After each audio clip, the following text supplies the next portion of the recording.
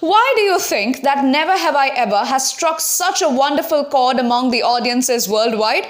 Sure, it has got all the amazing ingredients for a devouring rom-com. Love, relationships, teenage drama. But there's something more at play here. If you have watched the series, then you will know that it brilliantly captures the life of Indian American teenager Devi and how she struggles with being too Indian amongst the Americans and not being Indian enough amongst the Indians. Diasporic literature deals with these very themes. It gives voice to those people who have moved away from their homelands voluntarily or involuntarily to settle someplace else.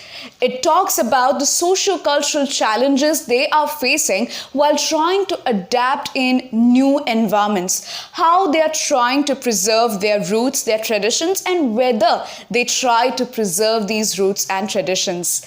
In this video, we are going to dive into diasporic literature, understand what is diaspora, understand how Indian diaspora has contributed so significantly to the global diaspora, and also discuss some of the most important Indian diasporic writers.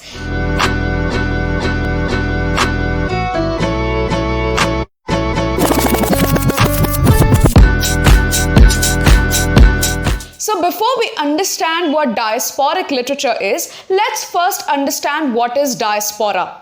Diaspora derived from the Greek term which means to sow over or to scatter. So in a very loose understanding of the term, diaspora basically refers to the scattering of different communities of people belonging to the same ethno-national community to different regions, mostly to different countries. Now, when I'm talking about diaspora, initially it was only referred to the Greek and Jewish dispersal of the people. It only referred to these two ancient diasporas. But over the course of the time, especially in the 20th century, diasporas expanded because of a variety of factors. What were these factors? Because of slavery, migration, colonization, world wars, and let's not forget, in America, the great migration that happened, which led to the development of Harlem Renaissance. Now, because of this expansion of diasporas, what happened was that a lot of academic interest was invested into diasporas, especially towards the late 20th century, towards 1980s and 1990s, and this academic interest is still growing. A lot of people are still researching about the origin of the term. They are still researching about the definition of the term, right? And when I'm talking about the definition of diaspora, similar to the origin of the term, the definition also has a lot of debates and ambiguities surrounding it. But I find Roger Brubaker's definition to be the most apt when it comes to defining a diasporic community. According to Brubaker, you need to have three criteria matched if you want to call a community as a diasporic community. Now, what are these three criteria? First, a geographical dispersion of these communities from their native country to a foreign land. Now, this dispersion, this movement can be forced, could be voluntary, could be involuntary, right? There is not an issue there. Second, when these communities, when they move to a different country, when they move to a foreign land, what do they think about their homeland?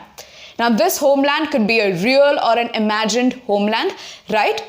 They need to think that this homeland, this real or imagined homeland, is a source of their identity, is a source of their roots, their values, their traditions, their cultures.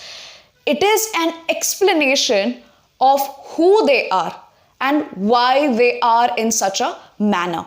Right?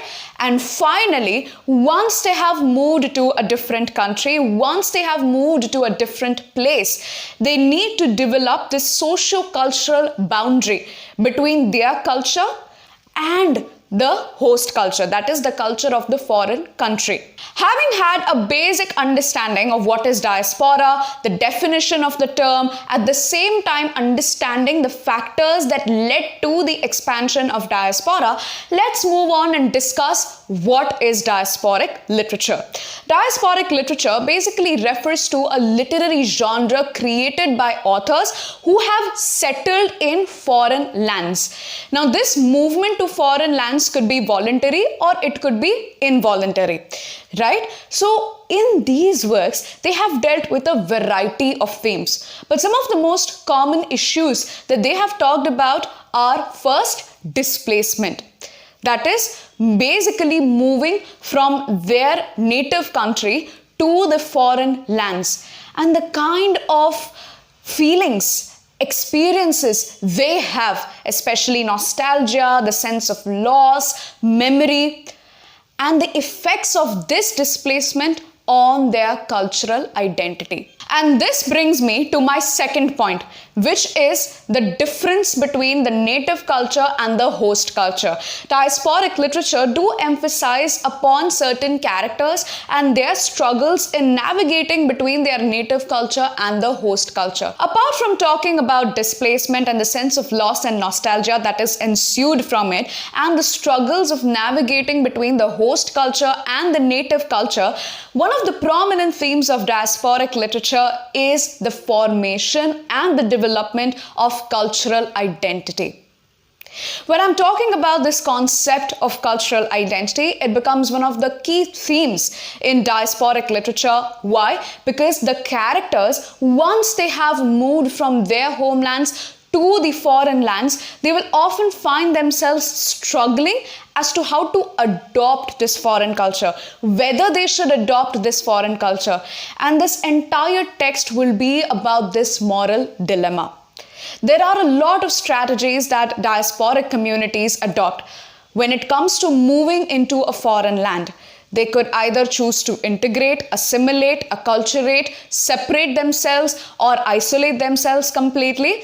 Based upon these strategies, the entire text is set. If they do completely assimilate themselves into a foreign culture, then there is another ensuing moral dilemma as to how they should deal with people once they return back to their homeland. And that brings me to the second important theme of diasporic literature, and that is the concept of homeland. I think the best way to understand this theme is to talk about the movie Swades. In the movie, you have the NASA scientist Mohan, who has completely adopted himself into this new foreign life. He may have had a certain idea of his homeland that pulled him back. And so when he revisited his India, when he revisited the rural India, that's when he was exposed to the stark realities. That's when he was exposed to poverty, unemployment, and the lack of basic amenities in rural India. And the realities, they pull him back. He realizes that he needs to stay there and use his experience, use his knowledge for the development of the rural India. And in this entire process, he embraces his identity. He rediscovers his roots. And this is the concept of homeland, especially when you think about diasporic literature. The next most important theme that is often used in diasporic literature, perhaps even a technique, is language.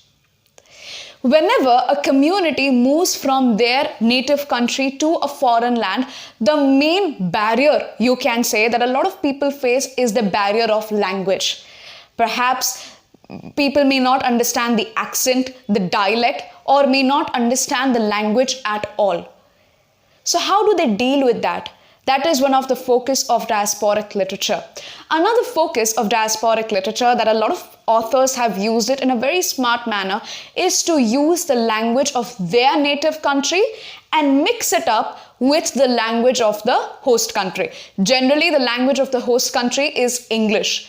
and put and sprinkle certain words of the native country. I think the best example that I can give you right now is of Salman Rushdie. Salman Rushdie is often known for chutnifying English language. Basically, in his works, he would often sprinkle certain Hindi words into English, which brings me to the second point of using language. Language in diasporic literature is often used to challenge, resist, and subvert the dominant narratives that people may have about a race, ethnicity, or power issues. Not just that, they may use different techniques like multilingualism, code switching, translation to talk about this cultural fluidity and adaptability into this multicultural world.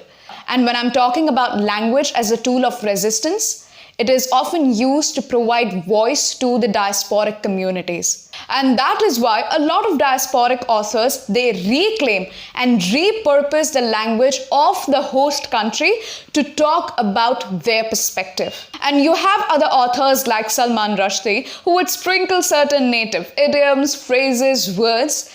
Why? Because they want to showcase and capture the nuances of the rich cultural heritage of their native country.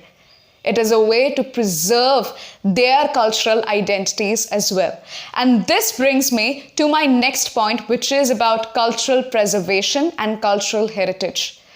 A lot of diasporic authors, they would often resort to talking about their homelands, about their cultures, about their traditions, and the conflict that they are facing while dealing with the people and the cultures of the host country, because they want to capture this rich cultural heritage. They want to preserve their traditions, their roots, their values, and their beliefs. And when they talk about these cultural practices, it is not just to pass them down into the future generations. It's not just about that, but it's also about resisting complete assimilation or complete integration into the foreign culture. And that is why for these authors, literature becomes a powerful tool for empowerment and social change. It becomes a powerful tool for fostering solidarity, unity, and a sense of belonging among other people who have also experienced similar kind of displacement. By providing such a globalized perspective, these authors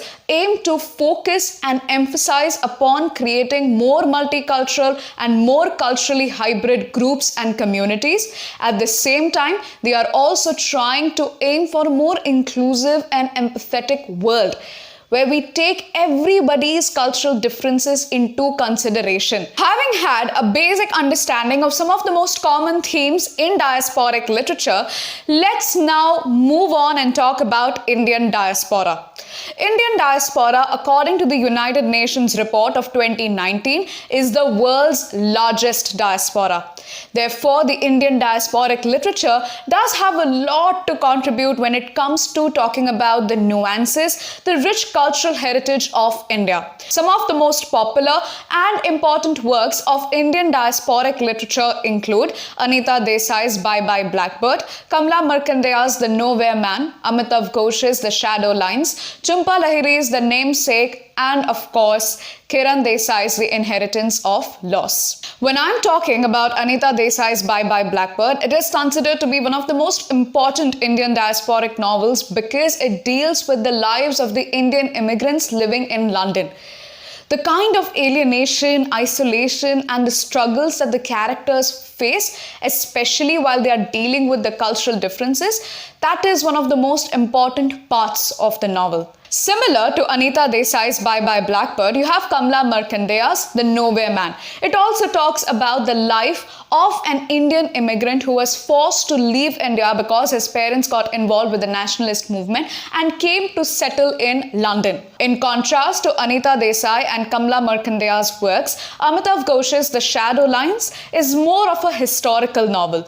It talks about the experiences of people who were forced to displace from their homeland, but it is set against the backdrop of a variety of historical events like the partition of India, the Second World War, the 1963 to 64 riots of Dhaka and Calcutta. Jhumpa Lahiri's The Namesake is also talking about the lives of an Indian immigrant family who went to live in America. It explores the lives of the Ganguly family who shifted from Bengal to Massachusetts after their arranged marriage. And finally, you have Kiran Desai's The Inheritance of Loss, which also explores a certain sort of diasporic consciousness of the Indian immigrants going to USA, hoping that they could make it big in America, believing in the American dream, but then when they go there, realizing that the reality is completely different. These were some of the most important works of Indian diasporic literature. Apart from these, you also have Bharati Mukherjee, Salman Rushdie, his Midnight's Children, which are extremely important from UGC NET English exam. Now, if you want to understand their works in detail and also understand Indian English literature for your UGC NET English exam in 2025, then don't worry, I've got you covered. In my live classes for UGC NET English exam preparation, I am covering the history of British English literature and Indian English literature in a very detailed and simplified manner. I'm covering each and every period, followed by some of the most important authors' works and their texts in a comprehensive manner. Not just that, but I'm also covering literary theories in a very detailed and simplified manner. I am breaking down all the complex literary theories, explaining literary terms in an easy to understand manner. This will provide you the confidence to ace UGC NET English exam in 2025. I provide two kinds of courses. The first is 1-hour classes, which can help you understand and navigate through any of these areas that you are aiming for. For example, if you want to get more clarity on how to navigate the history of British English literature, in this 1-hour masterclass, I'll provide you the essentials of the history of British English literature, starting from the literary period breakdown, followed by the important authors and their works within each and every period, and finally ending the masterclass with the focus areas, that is, focusing upon the high impact areas. The second type of course is the crash course. I provide a crash course on British English literature, Indian English literature, and literary theories, in which I take each and every period author work in very detailed manner.